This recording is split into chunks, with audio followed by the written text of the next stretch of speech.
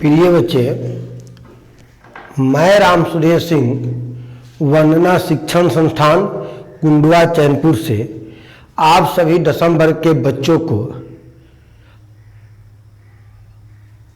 कल मैंने अध्याय 3 से संबंधित वर्णन किए थे।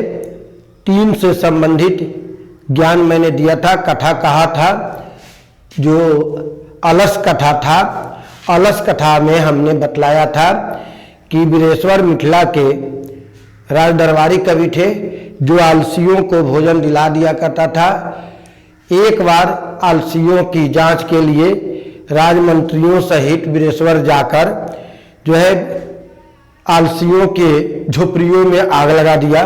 सभी धूर्त लोग भाग गए, फिर भी 4 आलसी वहां बच गए, जिसमें एक ने कहा कि यह कैसा हल्ला हो रहा है, दूसरा ने कहा था कि लगता है घर में आग लग गया है, तीसरा ने कहा कि ऐसा कोई धार्मिक नहीं जो हम लोगों पर भींगा हुआ चटाइया वस्त्र उठा दे, चौथा ने कहा अरे बचाल कितना गप करते हो, चुपचाप क्यों नहीं बैठते।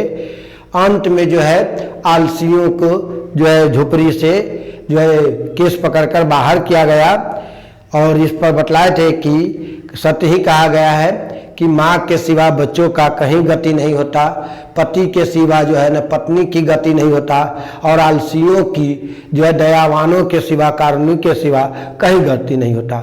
ये मैंने पिछले सीढ़ी में, कल के सीढ़ी में बहुत विस्तार से मैंने वर्णन किया था। आज उसी पर मैं क्वेश्चन लिखा हूँ। इस क्वेश्चन के जवाब अगर सही सलामत कल आप पढ़े होंगे तो हमसे अच्छा आपको याद होगा, क्योंकि आप अभी पढ़ रहे हैं। तो देखिए, अलस कथा के रचयिता कौन थे? कालिदास, विद्यापति, विष्णु शर्मा, महर्षि व्यास। हमने बतलाया था कि अलस कथा के रचयिता कालिदास हैं, जिन्हें मिथिला के जो है कोकिल कहा जाता है, जो है मैथिल कोकिल कहा जाता है। तो यहाँ अलस कथा के रचनाकार हमारा विद्यापति हो जाएगा। विष्णु शर्मा नहीं होगा, महर्षि व्यास नहीं होंगे और कालिदास नहीं होंगे। याद रहेगा। तो 4 ऑप्शन में एक ऑप्शन आपको क्लियर दिखाई देगा, और ऐसा ऑप्शन पूरे किताब से 50 गो रहेंगे परीक्षा में, क्योंकि संस्कृत में 100 क्वेश्चन होता है, 100 में 50 रहता है संस्कृत व्याकरण से और 50 रहता है आपको किताब से, पाठ गद्य पद से। तो ये हमने गद्य पद से चल रहे हैं, तो इससे 50 को रहेगा। अगर 50 आपका किताब का याद है तो वही 50 रंग दीजिए। अगर 50 व्याकरण का याद है, जो पहले मैंने पढ़ा दिया था, 9वीं और 10वीं का व्याकरण एक साथ पढ़ाए थे, 50 व्याकरण अगर आपको याद है तो आप व्याकरण ही रंग दे, या दोनों में से जे आपको एकदम कॉन्फिडेंस 100% याद है, जो आपको जो है एकदम याद है कि यही होगा, उसी को आप रंगेंगे। क्योंकि ऑब्जेक्टिव बहुत ही जो है अच्छी चीज होती है, जो आगे के लिए भी और वर्तमान के लिए भी।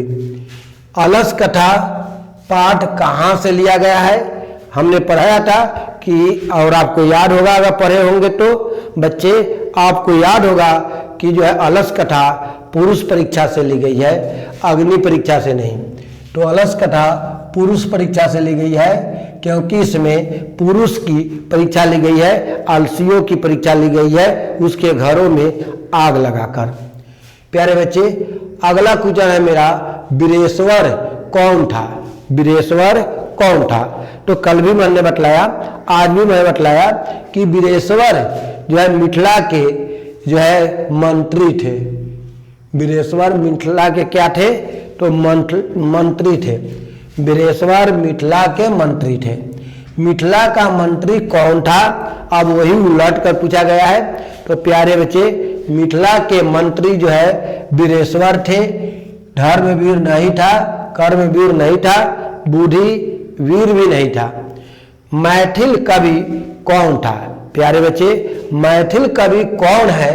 सो यहाँ देखिए, मैथिल कवि कौन था? भास, कालिदास, विद्यापति, नारायण पंडित। तो प्यारे बच्चे, मैथिल कवि जो है हमारा विद्यापति को कहा जाता है। मैथिल कोकिल के नाम से कौन जाने जाते हैं? प्यारे बच्चे, मैथिल कोकिल के नाम से जो है कौन जाने जाते हैं? तो मैथिल कोकिल के नाम से विद्यापति को ही जाना जाता है। जो मैं, अगर आपको सारांश याद है, कल मैंने जो बतलाया था और आज भी थोड़ा सा बतलाया अलस कथा, अगर आपको सारांश याद है तो 100% 4 ऑप्शन में से आपको एक ऑप्शन दिखलाई दे देगा। तो अगला प्रश्न है हमारा, आलसियों को कौन वस्त्र देता था या कौन वस्त्र दिलवाता था? तो आलसियों को वीरेश्वर दिलवाता था, क्योंकि इसमें राजमंत्री वीरेश्वर है, इसलिए वीरेश्वर याद होगा। आलसी पुरुष कितने थे? तो हमने बतलाया था कल भी, आज भी बतलाया कि आलसी 4 थे, जो अग्नि लगने पर जो है घर में ही रह गया था, जिसमें चारों ने एक एक वहां को बोला था, तो इसमें 4 होगा। अलस कथा में वर्णन है, अलस कथा में किसका वर्णन है?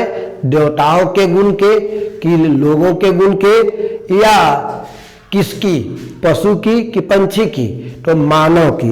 प्यारे बच्चे, आपको मालूम है कि इसमें जो है हम लोग मानव गुण को दिखाए हैं। मनुष्य को कौन नष्ट कर देता है? प्यारे बच्चे, मनुष्य को कौन नष्ट कर देता है? आलस, धन, धर्म कोई नहीं। तो धन भी नहीं नष्ट कर सकता, धर्म भी नहीं कर सकता, आलस करता है। आलस आपके प्रत्येक कार्य को बाधा पहुंचाएगा, चाहे खेती का कार्य हो, चाहे पढ़ने का कार्य हो, चाहे नौकरी पर जाने का कार्य हो, या अपने बिजनेस व्यवसाय के लिए दुकान पर जाने का कार्य हो, कोई भी काम हो। आलस एक ऐसी महान रोग है जो मानव को हर दृष्टिकोण से रोगी बना देता है, इसलिए आलस होगा। वीरेश्वर नाम का मंत्री कहाँ रहता था? बार बार हम लोग चर्चा कर रहे हैं कि मिथिला के राजमंत्री थे वीरेश्वर, तो यहाँ मिथिला ही चकाएगा, पाटलिपुत्र नहीं चकाएगा, मिथिला के कवि थे। कारुणिक के बिना किसकी गति नहीं होती? अभी हमने बतलाया आलसी की गति कारुणिक के बिना नहीं होता, माँ का जो है ना बिना बच्चा का गति नहीं होता, पति के बिना पत्नी का नहीं होता। तो इसी पर यह है प्रश्न कि कारुणी के बिना किसकी गति नहीं होती? पतितों की, आलसियों की, वाचालों की, धूर्तों की? तो आलसियों की, सी होगा। यहाँ आलस है। आगशाला में कौन भाग गया? आगशाला से कौन भाग गया? आलसी, धूर्त, नौकर, राजमंत्री। अभी बतलाए थे राजमंत्री तो बाहर ही थे, नौकर लोग बाहर ही थे, आलसी उसी में रह गए थे 4। तो हमारा इसका धूर्त होगा, क्योंकि जो चालाक था आग देखकर ही भाग गया। स्त्रियों की गति किसके बिना नहीं होती? अभी हमने बतलाया कि स्त्रियों की गति पति के बिना नहीं होता। बालकों की गति यानी बच्चों की गति यानी तरन जिंदगी किसके बिना नहीं करती? माँ के बिना। आलसियों की गति किससे होती है? आलसियों की गति जो है कारुण्य के बिना किसी से नहीं होता, दयावानों के सिवा किसी से नहीं होता। तो प्यारे बच्चे, मैंने आपको कल जो बतलाया था अलस कथा का सारांश, उसी से मैंने इस तरह से कुचल लिया। बहुत कुचल हो सकते हैं। अगर अलस कथा पाठ या किसी भी पाठ से आदमी चाहे तो बहुत जो है ऑब्जेक्टिव निकल सकता है। अभी हमने या आप यह निकाल सकते हैं कि अगर आगशाला में प्रथम आलसियों ने क्या कहा, वही 4 ऑप्शन में ए बी सी में लिख देगा, ए में लिख देगा कि यह कैसी हला हो रही है, बी में लिख देगा लगता है कि आग लग गया है, सी में लिख देगा कि जो है कोई यहाँ धार्मिक व्यक्ति नहीं जो हमें पानी से भींगा हुआ चटाई या वस्त्र उठा दे। चौथा ने कहे लिखाएगा डी सेक्शन होगा उसका ऑप्शन कि अरे बचाल कितना बोलते हो, चुपचाप क्यों नहीं बैठते। तो उसमें पहला इसका ऑप्शन होगा। इस तरह से प्रथम ने क्या बोला, दूसरा ने क्या बोला, तीसरा ने क्या बोला, चौथा ने क्या बोला, इस तरह से कई प्रश्न हो सकते हैं। तो प्यारे बच्चे, आपको अलस कथा का सारांश याद है तो आप किताब निकालिए, ओरिजिनल बुक बीटीसी का जो आती है संस्कृत का, निकालिए, अलस कथा को पढ़िए। आप उसको पढ़ते जाएंगे, उसका अर्थ कहते जाएंगे, कोई दिक्कत नहीं होगी, क्योंकि आप जो है इसको जो है पढ़ सकते हैं और आप पूरे आपको याद हो जाएगा और सारे प्रश्नों का जवाब दे देंगे। लघु त्रय के बारे में बोले थे कि अंतिम 5वां क्वेश्चन होती है संस्कृत में। संस्कृत के जब परीक्षा देंगे तो अंतिम जो है 5वां क्वेश्चन होती है, वही किताब से रहता है, वो भी हिंदी में लिखना पड़ता है, कहानी जैसे लिखना पड़ता है कि जो है कहेगा कि किन्हीं 8 प्रश्नों के उत्तर दे, 16 नंबर के रहता है, 12 गो 14 गो 15 गो 20 गो क्वेश्चन रहेगा और उसमें से 8 प्रश्न का उत्तर हिंदी में देना है। तो अलस कथा से ही रहेगा, तो आपको ये लिख सकता है कि अग्निशाला में जो है ना कितने जो है ना आलसी घिराए, उसने क्या किया। जो है अलस कथा से आपको क्या शिक्षा मिलती है, इस तरह से आपको रहेगा। आपको अगर अलस कथा का हर एक पाठ का सारांश याद है, हर एक पाठ के बारे में आप जानते हैं, तो सभी प्रश्नों के उत्तर आप दे सकते हैं, अन्यथा नहीं दे सकते। तो आपको मेहनत करना होगा, मेरे सीडी को सुनिए और बार बार उसके आधार पर किताब उलटिए और पढ़िए, सारे प्रश्नों का जवाब आप आसानी से दे देंगे। प्यारे बच्चे, अगला अध्याय है संस्कृत साहित्य लेखिका। संस्कृत साहित्य एकले का होता है में, सप्तमी विभक्ति। संस्कृत साहित्य में लेखिका मीन्स होता है जो है वो ऐसी औरत जो लेखक का काम करती है, और वैसे पुरुष जो लेखक का काम करते हैं। तो पुरुष जब लेखन का कार्य करता है, किताब लिखता है, गद्य पद्य लिखता है, तो वह होता है लेखक, और स्त्रियां लिखती है तो लेखिका। तो हमने प्रश्न में आया कि जो है संस्कृत साहित्य लेखिका पाठ में का वर्णन करें। तो प्यारे बच्चे, स्पष्ट है कि संस्कृत साहित्य में लेखिकाओं की यानी औरतों की भूमिका है या नहीं, इस प्रश्न में हमको यही जानना है। तो प्यारे बच्चे, इस पाठ में यह बतलाया गया है कि संस्कृत साहित्य में केवल पुरुष वर्ग ही आगे नहीं बढ़े। संस्कृत साहित्य में जो है प्राचीन काल से स्त्रियां भी तत्पर है, आगे हैं। स्त्रियां भी पुरुषों की जैसी जो है संस्कृत में अपनी भूमिका निभाई है, बड़े बड़े संस्कृत के ज्ञानी बनी है। और जिस तरह से समाज की गाड़ी स्त्री पुरुष दोनों से चलता है, समाज का विकास अकेला न पुरुष कर सकता है न अकेला औरत कर सकती है। तो समाज के विकास के लिए दोनों आवश्यक है, स्त्री और पुरुष। उसी तरह से संस्कृत का विकास भी पुरुषों और स्त्रियों दोनों से हुई। तो आपको यह मालूम होगा कि ऋग्वेद में 24 स्त्रियां ऋषि पत्नियां थी जिसने संस्कृत में अपना योगदान दिया था, और अर्थवेद में 5 ऋषि पत्नियां थी जिसने जो है संस्कृत में अपना बहुमूल्य योगदान दिया था।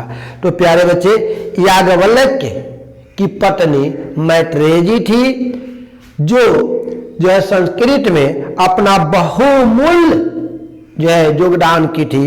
इसी तरह से इस पाठ में, संस्कृत साहित्य पाठ में महिलाओं की विशेषताओं को बतलाया गया है, महिलाओं पर जोर दिया गया है।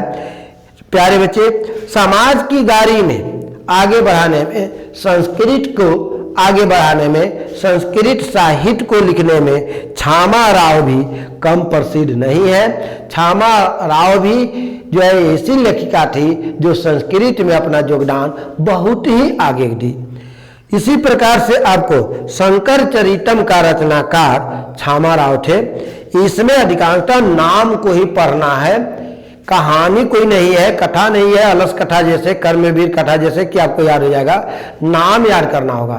तो प्यारे बच्चे, आधुनिक संस्कृत की लेखिका छामा राव थी, जो छामा राव शंकर चरितम नामक पुस्तक को लिखा था। इसी तरह से विजयांकन प्रथम कल्प थी। चालुक्य वंश के राजा चंद्रादित्य थे। चालुक्य वंश के राजा कौन थे? चंद्रादित्य, जिन्होंने चालुक्य के जो है राज रानी विजय भटारिका जो थी वह अपने पुरुष के ऊपर एक किताब लिखी थी। कंपन राय की रानी गंगा देवी थी। कंपन राय की रानी गंगा देवी थी जिन्होंने मधुरा विजयम नामक ग्रंथ को लिखा। इसी तरह से अच्युत राय की रानी तिरुलंबा थी जिन्होंने वरदाम्बिका को लिखा। अच्युत राय की रानी तिरुलंबा थी जिन्होंने वरदाम्बिका को लिखा। इसी तरह से छामा राव के पिता शंकर पांडुंग थे। छामा राव के पिता कौन थे? शंकर पांडुंग थे जिन्होंने जो है मिथिलेश कुमारी जो है भी तत्पर है। वर्तमान में संस्कृत साहित्य में मिथिलेश कुमारी भी है जो तत्पर है, जो आगे चल रही है। जनक के सभा में वाचन कवि गार्गी थी। जनक जो राजा थे जनकपुर के, उनके सभा में भी उस जमाने में भी अगर सभापतित्व करती थी तो वह महिला थी, वह गार्गी, उसका नाम था गार्गी। तो अब स्पष्ट हो गया कि राजा जनक के सभा को शुरुआत करने वाले, उसमें वक्तव्य देने वाले, सभा को संबोधित करने वाले उस जमाने में भी औरत थी जिसका नाम गार्गी थी। प्यारे बच्चे, विजयांका श्याम वर्ण की थी और वरदाम्बिका तिरुलंबा की रचना है। इस तरह से प्यारे बच्चे इसमें नाम है। सभी को मैंने बोला ये कोई कथा कहानी नहीं, आप सीडी को सुनिए और सीडी से सुनकर कॉपी बनाइए। प्यारे बच्चे, संस्कृत के अगर आप कॉपी सीडी से सुनकर अगर आप बना दे तो 30 तारीख तक आपका संस्कृत लगभग समाप्त हो जाएगा और आपके पास एक नोटबुक बन जाएगी। परीक्षा जिस दिन रहेगा संस्कृत के, उस दिन के एक दिन पहले आप रात में उसको पढ़ लेंगे तो मेरा वादा है कि आपके संस्कृत के सारे प्रश्नों का जवाब जितना कहता है, सारे प्रश्नों का अर्थ ये नहीं कि आपको आ रहा है तो पूरे प्रश्न का उत्तर दे दे, ऐसा नहीं। जैसे 8 प्रश्न का उत्तर देना है तो सारे का अर्थ हुआ कि 8 आप जरूर दे देंगे, उससे बेसी भी देने का हिम्मत आपको रहेगा, याद रहेगा, लेकिन आप नहीं देंगे क्योंकि उसमें बाउंडेशन है कि 8 प्रश्न का ही जवाब देना है। क्योंकि हम लोग भी गेट पर कहते हैं या जहां भी परीक्षा लेकर पढ़ता है समझाते हैं कि सभी प्रश्नों का जवाब देना है। गार्जियन भी कहते हैं कि बेटा बेटी सब लिख के आना।